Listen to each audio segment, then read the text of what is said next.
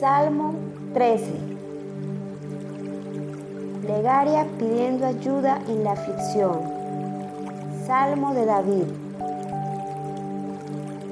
¿Hasta cuándo, Jehová, me olvidarás para siempre?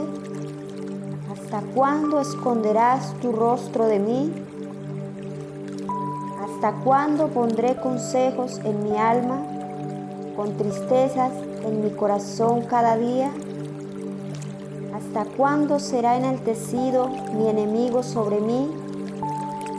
Mira, respóndeme, oh Jehová Dios mío, alumbra mis ojos para que no duerma de muerte, para que no diga mi enemigo, lo vencí.